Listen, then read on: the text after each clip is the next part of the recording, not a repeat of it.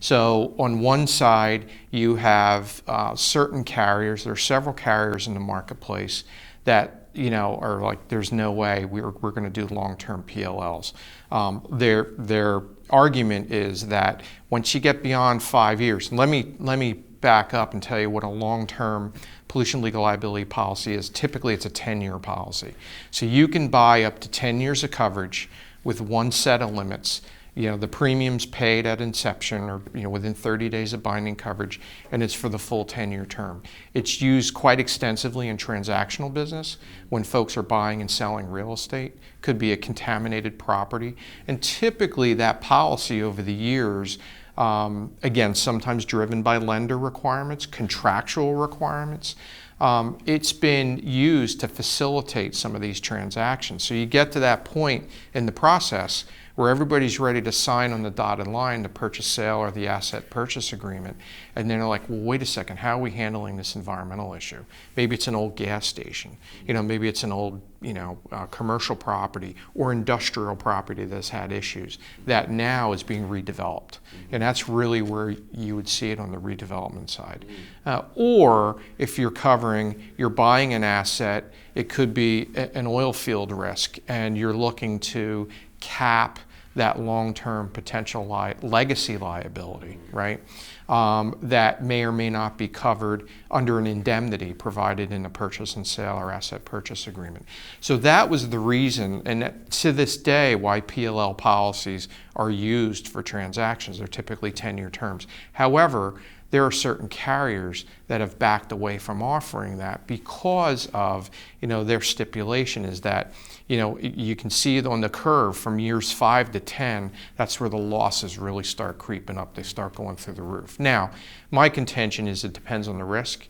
It depends on what's going to happen with that site, and it depends on due diligence. The other side of that coin, so you have certain markets that are saying, we're not going to offer it anymore because of loss ratio, and we just don't feel it's a good bet.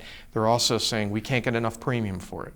The typical premium is in the $100,000 to $200,000 range for those types of policies. There are some that are higher, but when you think about it, over 10 years, it's only earning $10,000 to $20,000 a year, and you could have significant limits out there.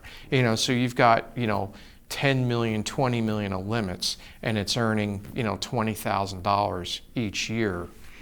From their perspective, and the way they do their accounting on their books and their actuarial analysis, it's not enough. Now, so to flip that around, if they could get 500 or $1 million, they'd probably do it. But nobody's going to pay that kind of money because unless it's required contractually, it's still a purchase, a luxury purchase, if you will. So on the flip side, the carriers that are willing to write the coverage, and my belief as well is it can still be underwritten profitably, but it's going to really depend on the way the risk is presented and the amount of due diligence that's available, and really what's the long-term plan for that property. If the long-term policies do go away, and I'm talking about the 10-year policies, they're still, the typical pollution legal liability policy is written for 3 years. In today's marketplace, operational coverage, historic coverage, some depending on class of business, you can write up to a 5-year term if it's a non-transactional deal. So I still think the 3 and the 5-year terms are here to stay. At least for the near and the far future. It's those 10-year policies. So I still think there would be a solution. It's just going to be our job as a broker and to talk to our partner brokers and to their clients. It's really going to be setting expectations with the marketplace that 10 years, assuming 10 years no longer available, we really need to look at the 5-year option. And then every 5 years, they're just going to have to go through that renewal process.